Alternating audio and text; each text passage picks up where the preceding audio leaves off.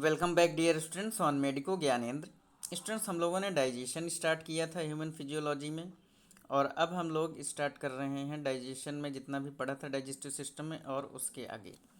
तो उसके आगे हम लोग चलते हैं ईसोफेगस एंड ट्रैकिया। जो ट्रैकिया है इसे हम लोग विंड पाइप कहते हैं, जो कि ओपन होती है बच्चों फेरिंग्स में। क्लियर। और ये फेरिंग्स में जब ओपन होती तो इसके पास में एक होता है इपीग्लॉटिस नाम का स्ट्रक्चर। ठीक, ये फूड की एंट्री को ग्लॉटिस में जाने से रोकता है। क्लियर, इसीलिए लिखा गया epiglottis prevents the entry of food into the glottis. Clear. Opening of bind pipe, जो ग्लॉटिस है वो क्या है? ओपनिंग ऑफ बिंड पाइप है। जब हम स्वेलो करते हैं, है ना, मतलब खाने को जब निगलते हैं, तब क्या होता है कि खाने का पार्टिकल अगर एक भी ट्रैकिया के अंदर चला गया तो बहुत सारी प्रॉब्लम्स क्रिएट करेगा, है ना।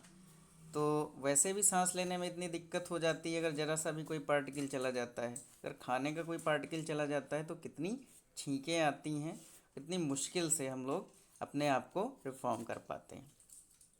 क्लियर।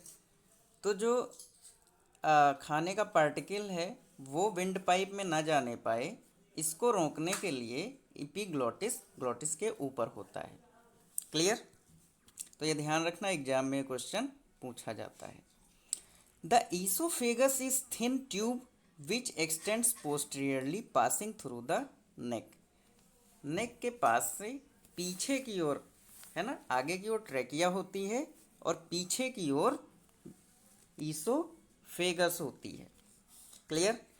तो इसीलिए लिखा गया long tube extends posteriorly through the neck, thorax, diaphragm and leads to J shape bag like structure called stomach.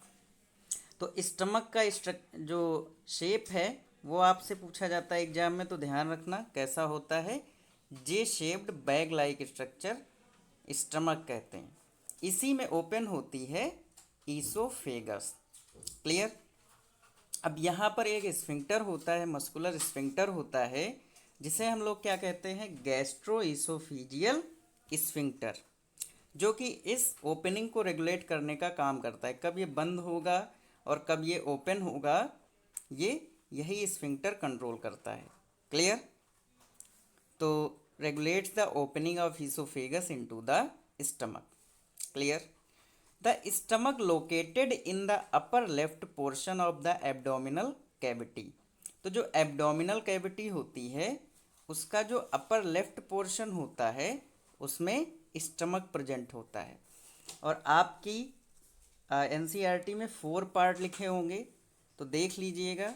हमारी यहाँ पे जो बुक है इसमें जो डाउनलोड की है हमने, इसमें 3 पार्ट लिखे हैं। तो उन चारों पार्ट के बारे में हम बता देंगे। पहले देख लेते हैं ये कौन कौन से लिखे हैं। कार्डियक पोर्शन विच द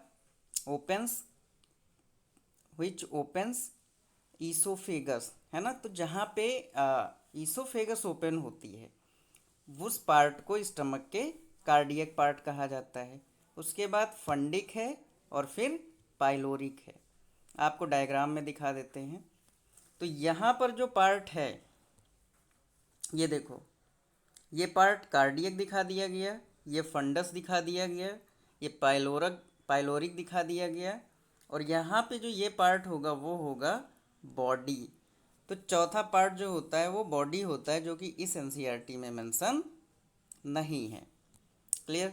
तो आप लोग इसको याद कर लीजिएगा कि भाई बॉडी भी एक पार्ट होता है। क्लियर।